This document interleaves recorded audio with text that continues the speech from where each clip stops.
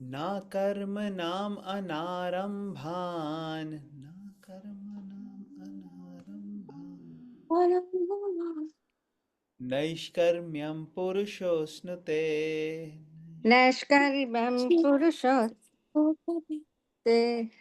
Na cha sannyasanaad eva. न च सन्न्यासनादेव Siddhim samadhigacchati. सिद्धिं समधिगच्छति. Okay, any volunteers who would like to read the translation purport?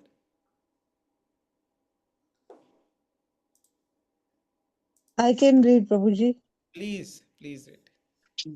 Not by merely abstaining from work can one achieve freedom from reaction, nor by renunciation alone can one attain perfection. The renounced order of life can be accepted. Purport.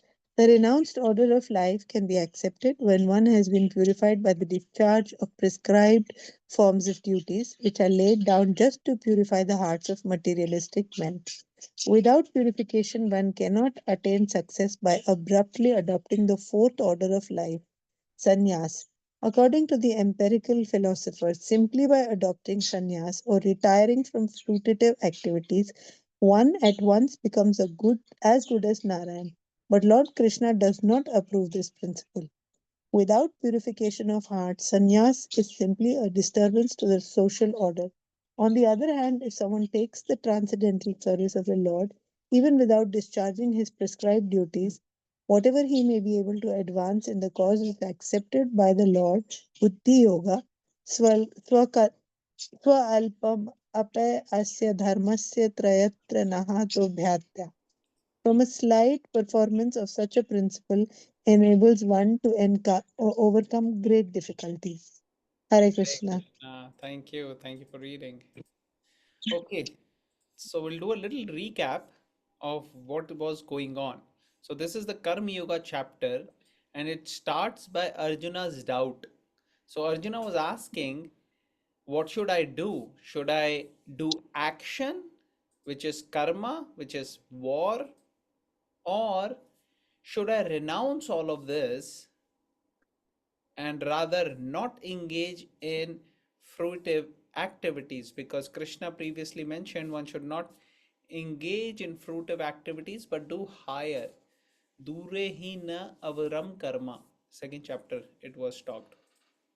And that was Arjuna's doubt what to do, engage in the action or renounce. Now, Krishna, he starts speaking and he starts by saying that by not doing your activity, by not performance of the duty or activity, you cannot be free from the reaction. Because Arjun was fearful that if I engage in fighting, so much sin will come and it'll give bad reactions or bad karma. So Krishna is saying if you don't perform your activity and you think you won't get bad reaction, that may not be true, because you will get reaction for not doing activity also. So no matter wherever you are, you have to engage. So this is how Krishna is starting. And he's mentioning about two classes of men in the third chapter, third shloka. Krishna says two kind of men are there: Karma Yogi and Sankhya Yogi. Karma Yogi means those who are doing their duties, and Sankhya Yogi, those who are actually engaged in empirical philosophical speculation.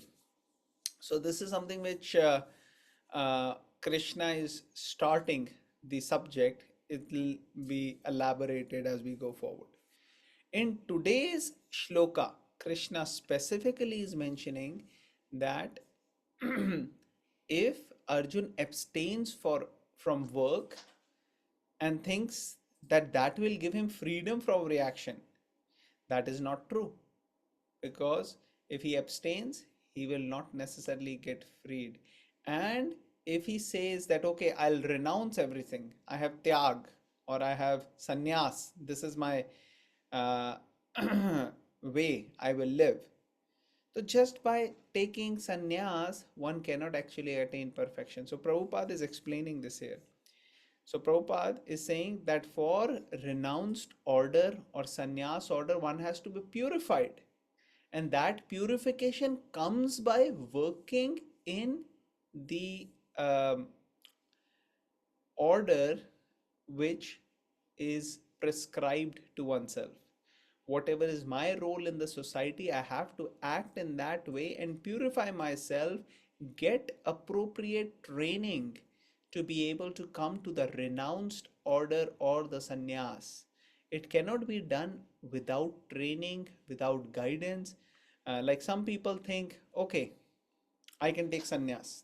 But it doesn't work like that. You need training. If you're not properly trained and you take sannyas, then it causes chaos in the society. In the name of sannyas, so many people are changing the dress and they are doing things which are not befitting how a sannyasi should conduct.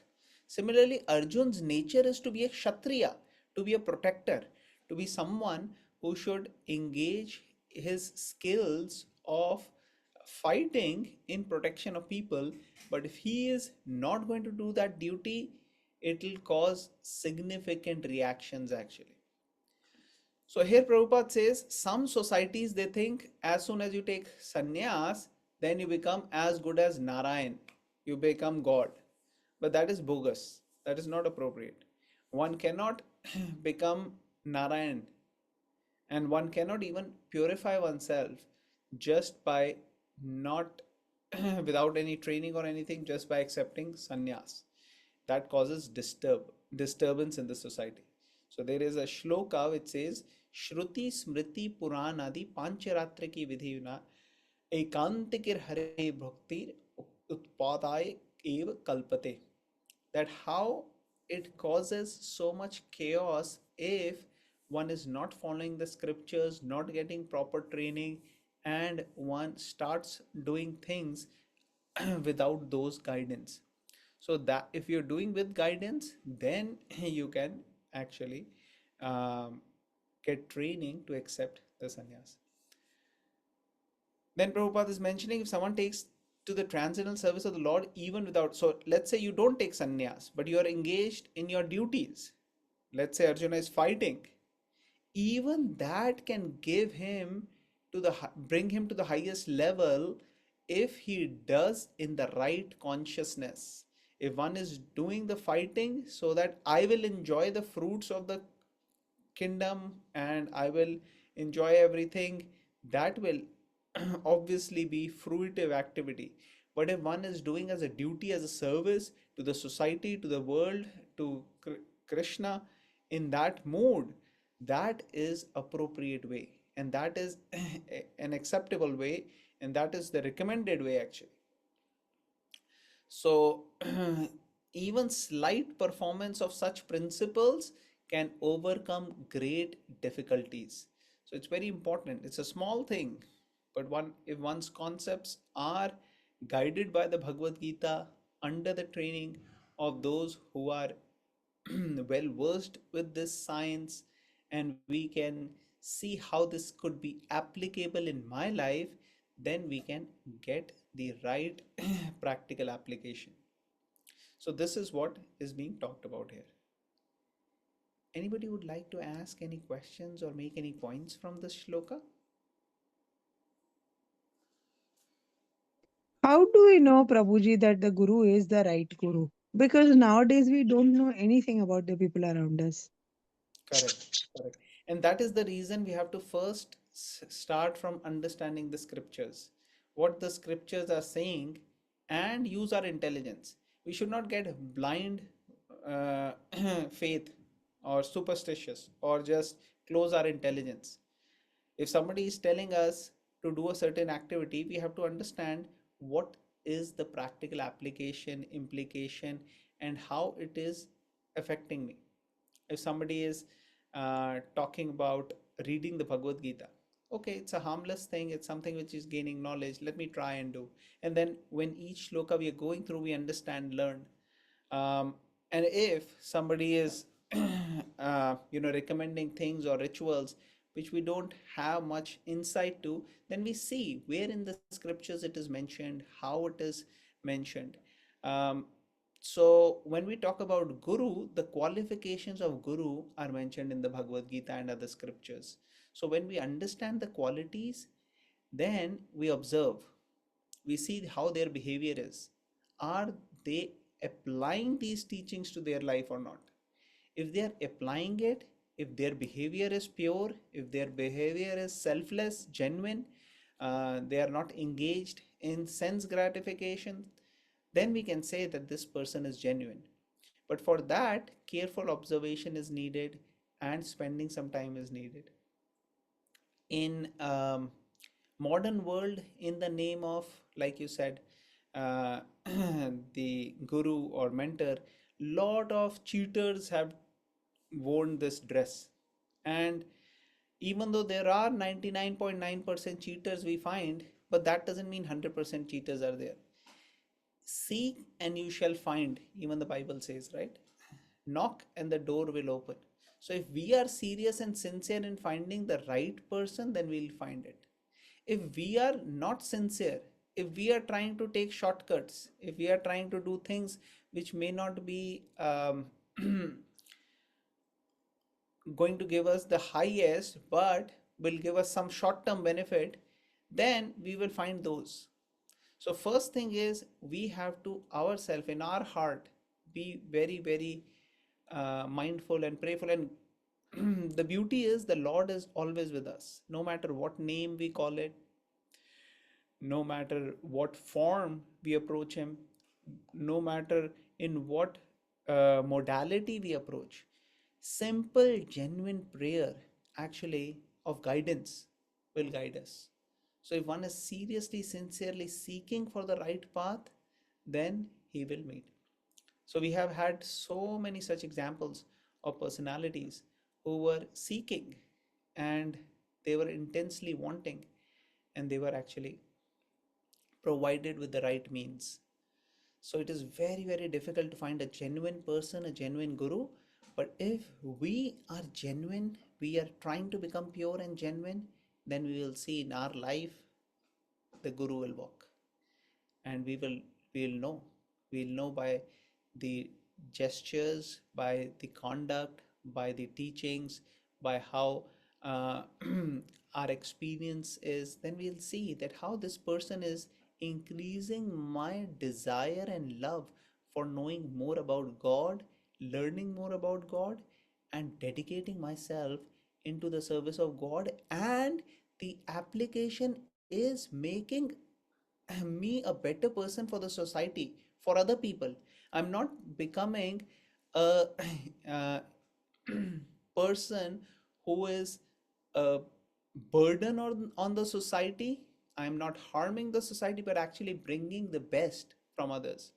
So the transformation of heart needs to happen from our mentality which is there in this world of arrogance, pride, selfishness, hatred. These qualities start transforming into love, into selflessness, humility, service attitude. These positive qualities will develop when we are rightly applying the process under the right guidance. Does it make sense? Yes, Prabhuji. Thank you. And then the other thing is, the guru should have had his training from another guru, and that guru should have had some training with another guru. So, like that, disciplic succession has to be there. Because if we are learning in disciplic succession, then we get the proper training. If we are not learning from disciplic succession and somebody himself or herself says, this is what I know, I'm going to teach you. But how do you know? I know because I read, or I know because I've realized. Okay, then I can also realize and read. Why do I need some other person? But see, we learn swimming, or we learn martial arts, or we learn medical science, or we learn engineering from those who have got similar training under an expert. So if I say, hey, I have read the same books of neurosurgery which this neurosurgeon has read, but I don't have a degree from any neurosurgery university. So if somebody has a problem needing a neurosurgeon, will they hire me? What do you think? I have not read any books. I have not got any um training under a neurosurgeon, but I have read the same books. I say I have read it, I can operate on you. So will somebody go to such a neurosurgeon who claims self? No, yes, I No. can see in the comments, yes. So nobody would go No. because you have not got training. Similarly, people take spiritual life very cheaply. They think religion very cheaply. Okay, anybody can think anything, anybody believe, everything is belief or faith. Doesn't work like that. It has to be training, has to be provided. And training, when provided properly, actually brings fulfillment in the heart of those who are getting trained, and they do selfless service towards other to train others. So that kind of a training is helpful. Anybody would like to bring up any other points connected to this? I think in this regard, sometimes the fake guru, a lot of us, we are not competent in Sanskrit, and our scriptures are written in Sanskrit, and the fake guru sometimes utilize um, those verbiages, and they try to manipulate simple people, who are even trying to be on its path. That's one thing. And then, of course, there are many tactics that they probably use. Because, see, even in India, there are so many religious groups or cults, starting from like there are many of those groups, and they all self-claim that some modifications, some changes, some achievements happen in people's life um, if they are part of their group, or some divine aspects that they can acquire if they are part of their group. So it depends, so, like you said, it depends. We have to be very keen observers and definitely do our research very well that Yes. how much they are competent in what they are talking about. Correct. And then we have to be genuine in ourselves, what we are looking for. If we are looking for some short-term material or mistake or yogic things or some adoration or some, riches or different motives are there for people, or are we looking for genuine, selfless spiritual advancement where we can actually get the real happiness which we want, which is not material but spiritual, and we can be source for providing material happiness, spiritual happiness to others and bringing relief from the distress which the whole society and the world is going through. So it depends on our real, in the heart of our hearts, what are we wanting. If we are really wanting to be the part of the solution, then we will be. But if we are not part of the solution, then automatically we are in the same category, which is the part of the problem. So Mhm. thank you for bringing it up. Okay, we'll see next shlokas are also on the similar thought, so we'll continue our discussion and see more insights. So please repeat after me.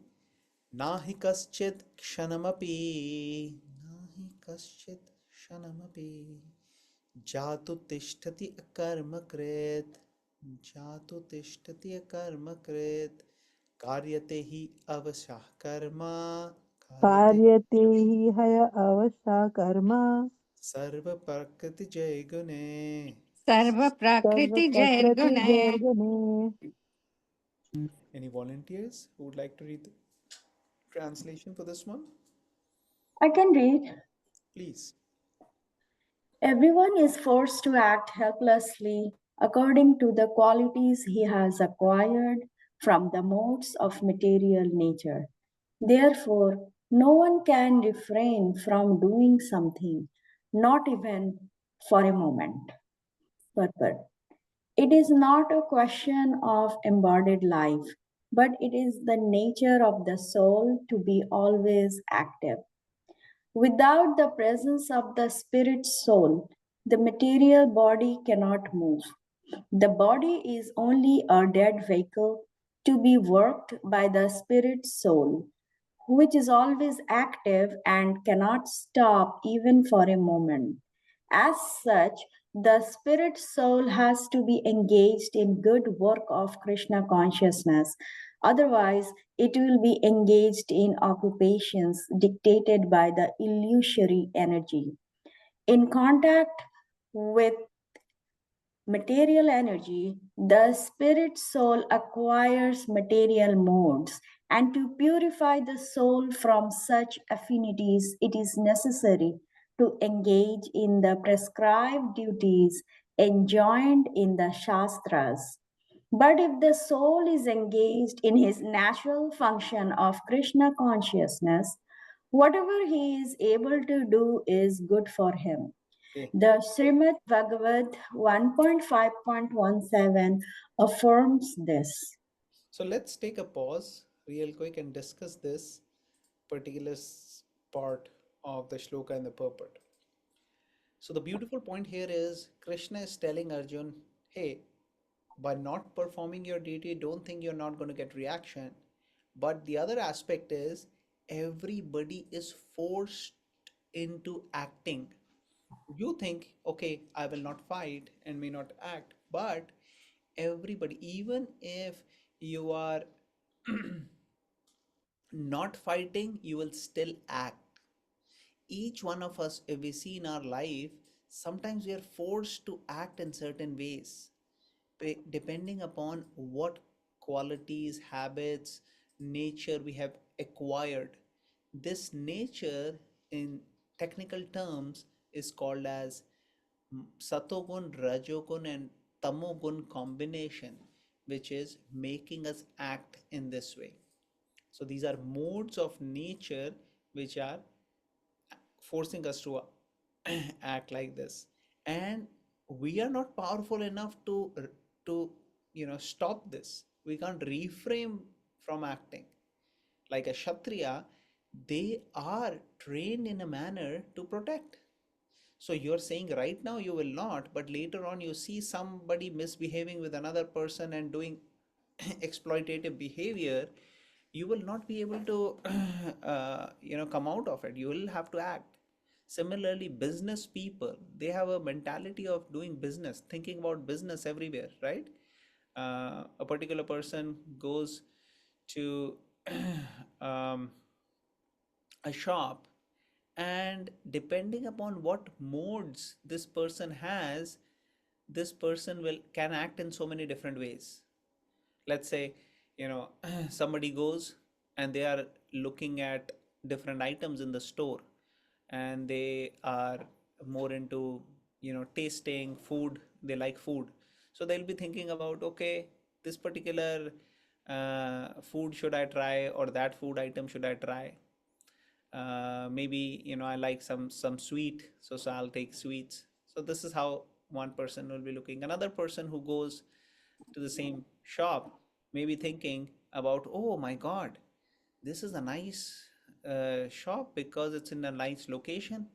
The shop is making good, good number of people are entering and exiting, so this is quite nice. And how many people have come here, how much money this guy has made, how much he must have invested. So they are thinking from a business standpoint. Another person who may have gone to the shop, they may think at all the items which are they have, and they may be thinking, Array, this particular place so unclean, unhygienic. Oh, they also have um non-veg or things where not so nice, and then how they are cleaning their dishes is unclean. So this person is focused on seeing things from a different perspective. So based upon what modes of nature we have acquired, we may see a same situation in different ways. Similarly, somebody may see a rose, and that rose A child may think, oh, let me bring it for my mother.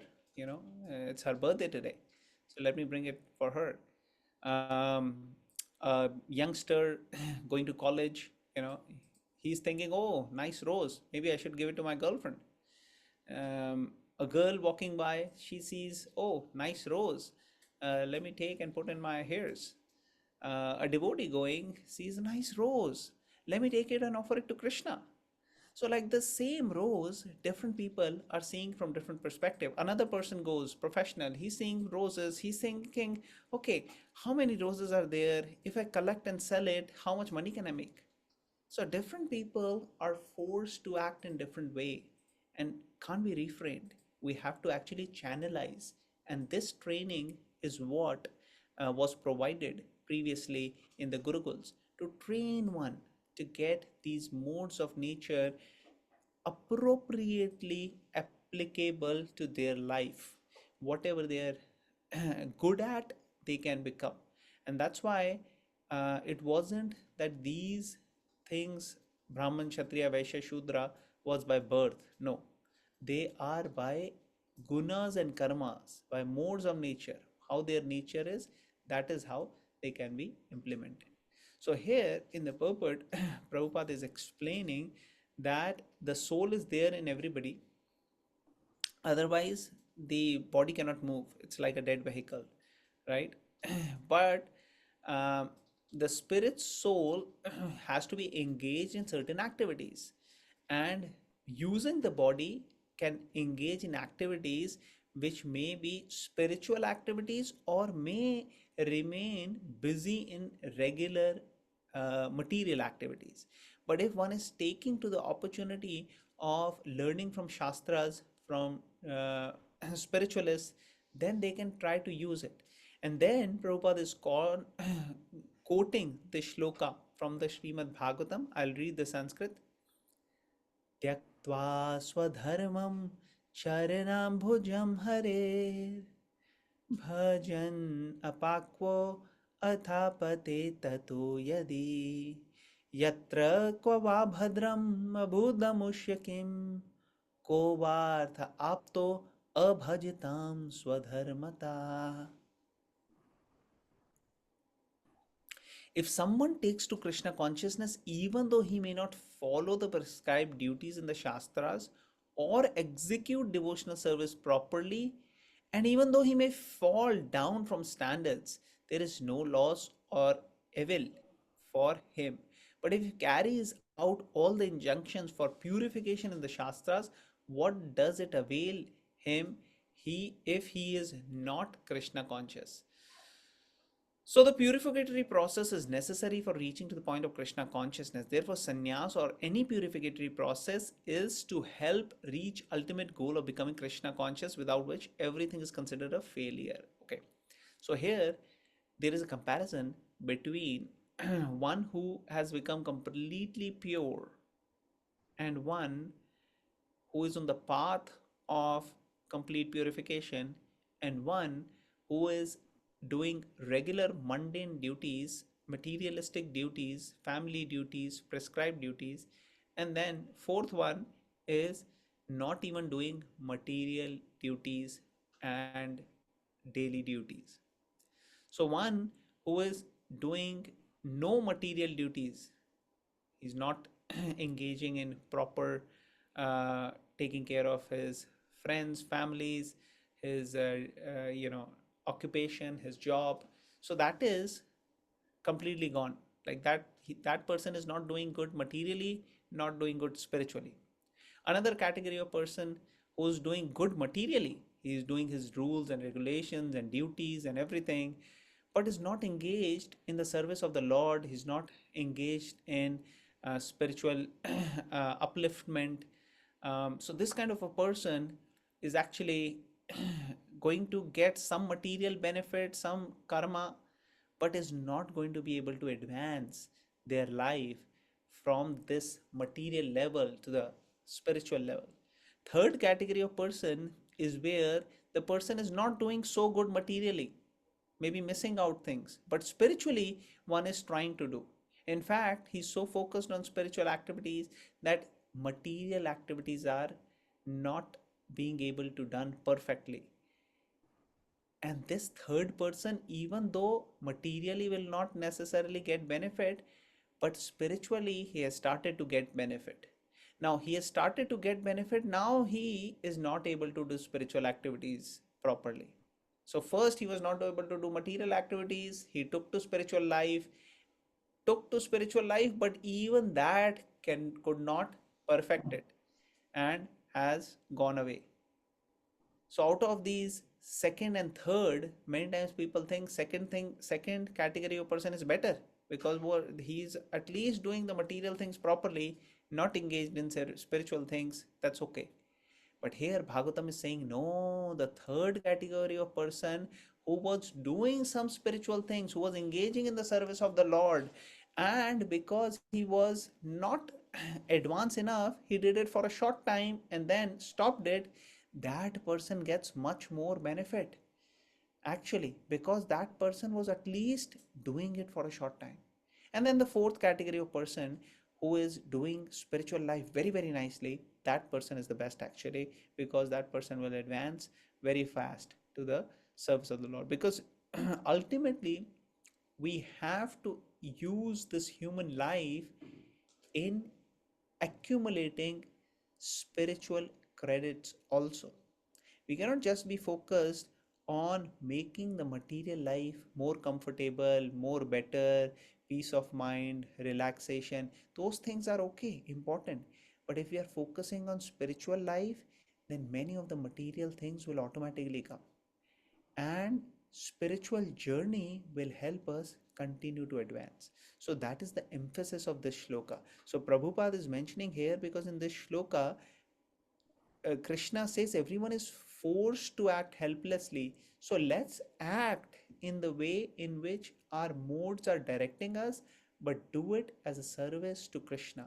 And this is going to come in subsequent shlokas directly from Krishna, that how this particular way will help one advance in spiritual life in a fast manner, and that's the best way or best attitude of doing the activity.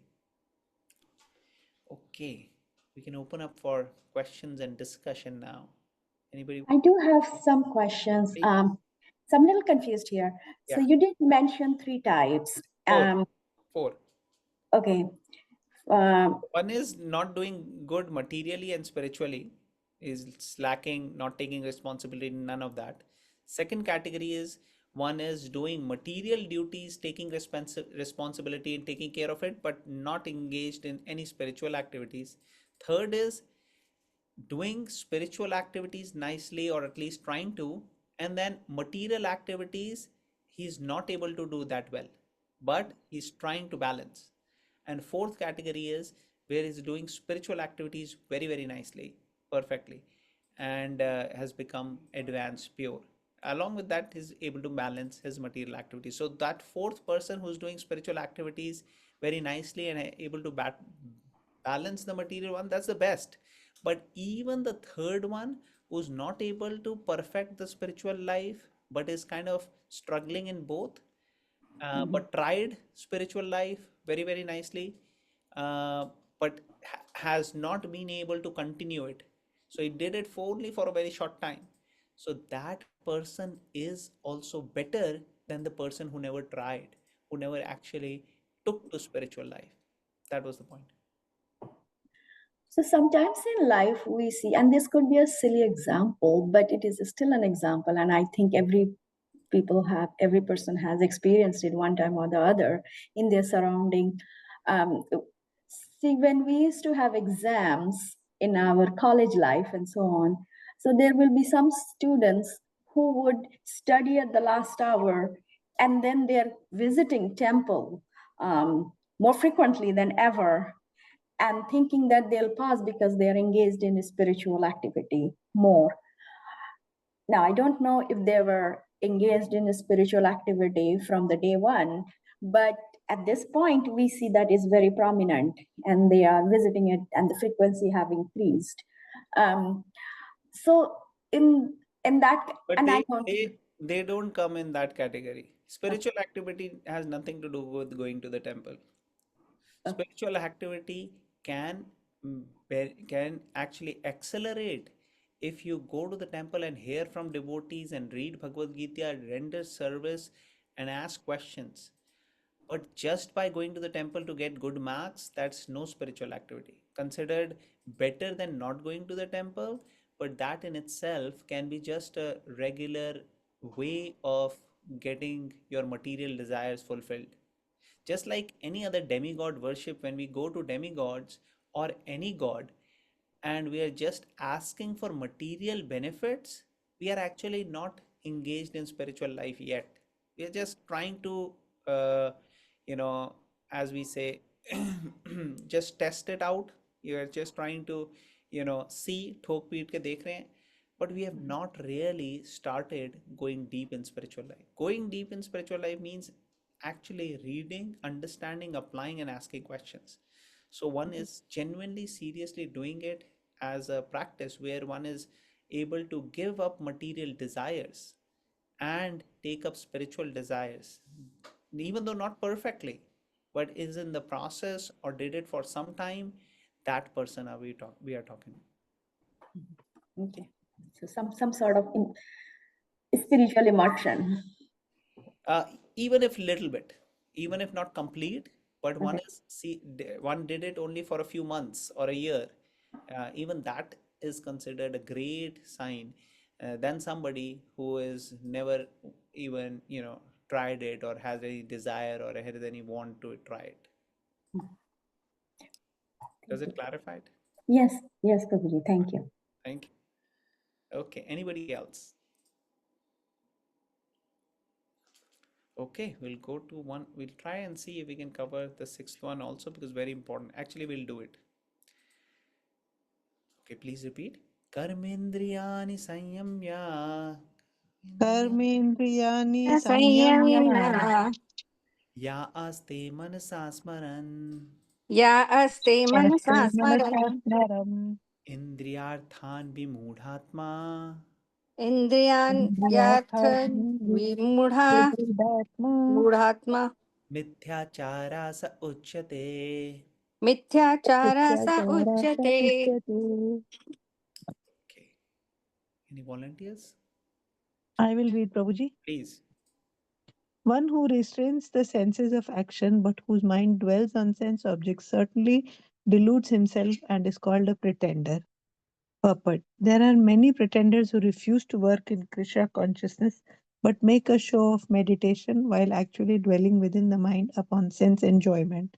Such pretenders may also speak on dry philosophy in order to bluff sophisticated followers, but according to this verse, these are the greatest cheaters. For sense enjoyment, one can act in any capacity of the social order. But if one follows the rules and regulations of his particular status, he can make gradual progress in purifying his existence. But he who makes a show of being a yogi while actually searching for the objects of sense gratification must be called the greatest cheater, even though he sometimes speaks of philosophy. His knowledge has no value because the effects of such a sinful man's knowledge are taken away by the illusory energy of the Lord.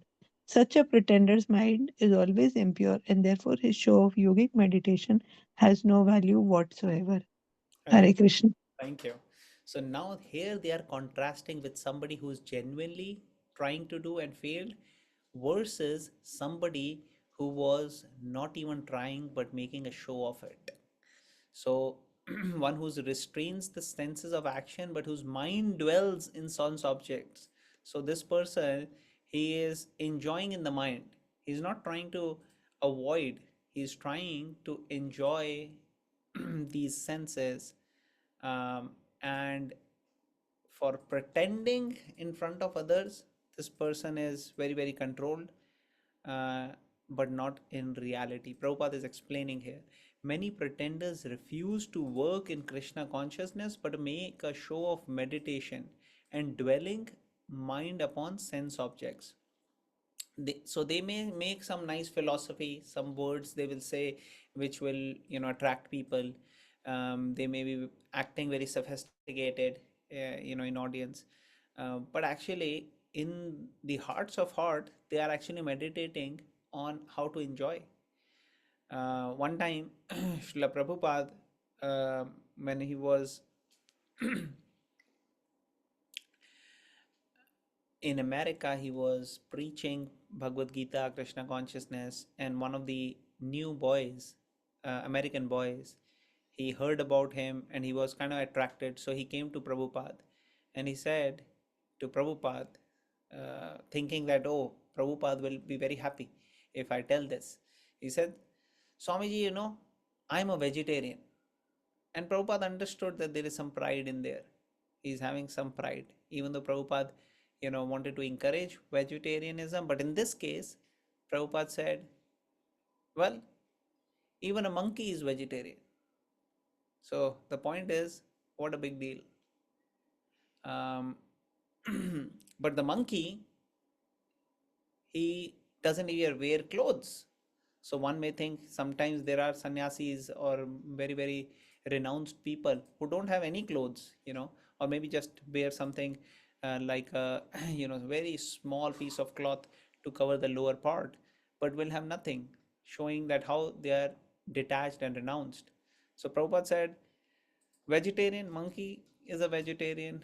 A monkey is not wearing any clothes even. So one may think he's renounced, but actually his mind is always on sense objects, how to get something to eat or how to enjoy opposite sex.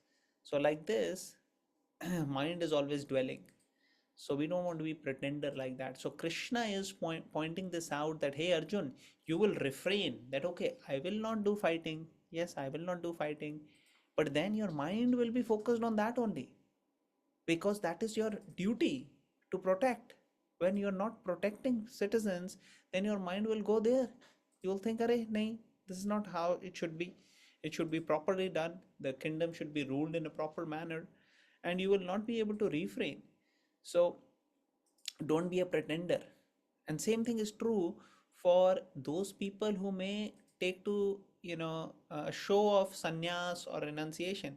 They should actually have their job, their work, their family, take care of them and engage in the service of the Lord, rather than portraying themselves as great tapasvi, renounced people, and mind focused on enjoying sense objects.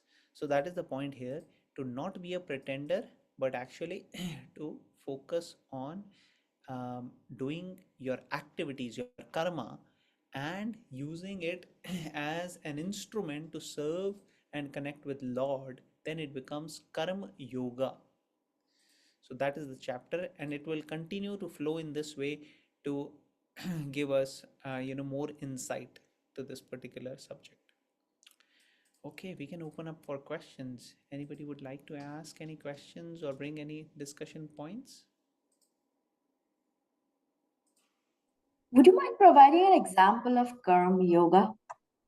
Karma yoga, let's say you are a professor in a university and you are doing your work in a way where the university is kind of getting benefited by your services, and you like doing this kind of a work, but at the same time you're also spiritually minded. So you see how your position can be used in the service of the Lord.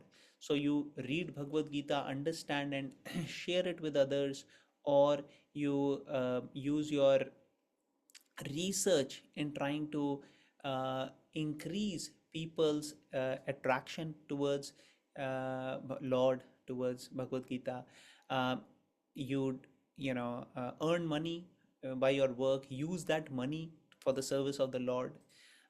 You are having a particular skill set where you can use directly or indirectly in the service of the Lord. So in all these things, you are having a particular liking towards a job, and now you are adding Krishna to it. So this is Karma Yoga. Now, what is Bhakti Yoga? Only slight difference. In Bhakti Yoga, one's attraction is towards the Lord, and one has developed understanding to about the Lord. One is aware of the details of who is the Supreme Lord, how the Lord is connected, and one is ready to do any kind of work for the service of the Lord. So now you are still working in the university, you may be still doing the same job, but now your object of love is not just your profession, but actually it has shifted, and Krishna is your object of love now. You're doing other things for pleasing Krishna and using them. So there is a slight difference. And initially, in the beginning stages, we all are not having any love for God. It is dormant in our heart, but it's not fully fructified. So initially, we all have to engage in activities and bring at least to the level of Karma Yoga. And then eventually, when we develop close love for God, that becomes Bhakti Yoga. It's a yoga of love. Does it make sense? Thank you. Sure. Thank you. Thank you for the nice question. Anybody else would like to share any thoughts on this or any questions? Okay, I think nobody has questions. So we covered till 6. We'll continue from 7 next week, and tomorrow will be our Hindi session. Thank you very much. We'll end here. Granth Raj Bhagavad Gita ki Jai. Yeah. Shri Pad ki